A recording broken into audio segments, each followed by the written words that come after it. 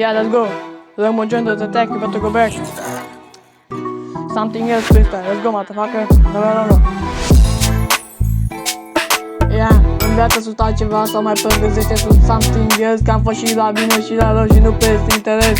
Mai bine ta decât să vorbesc până ce yeah. Ok.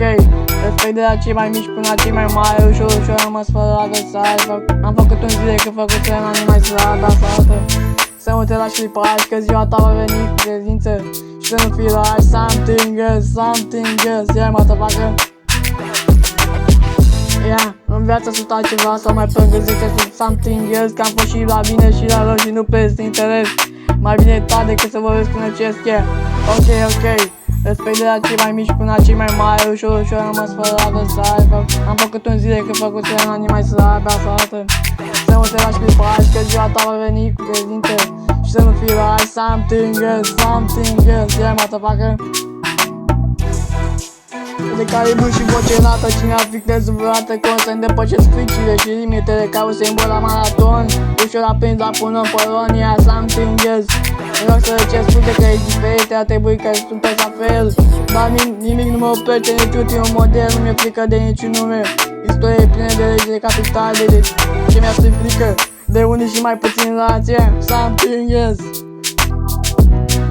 Yeah, în viață sunt altceva sau mai pregătește sunt something else. Că am fost și la bine și la rău și nu prest interes. Mai bine ta decât să vorbesc până ce yeah. Ok.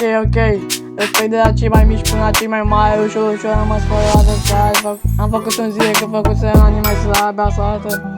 Să nu te lași clipași că ziua ta va veni cu credință.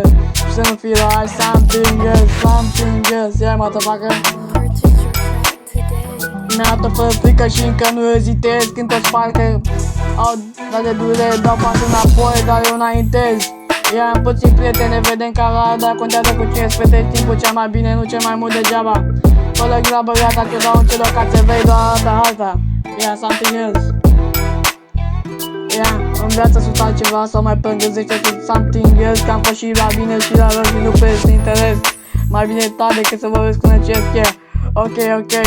Respect de la cei mai mici până la cei mai mari. Ușor am rămas fără adversari.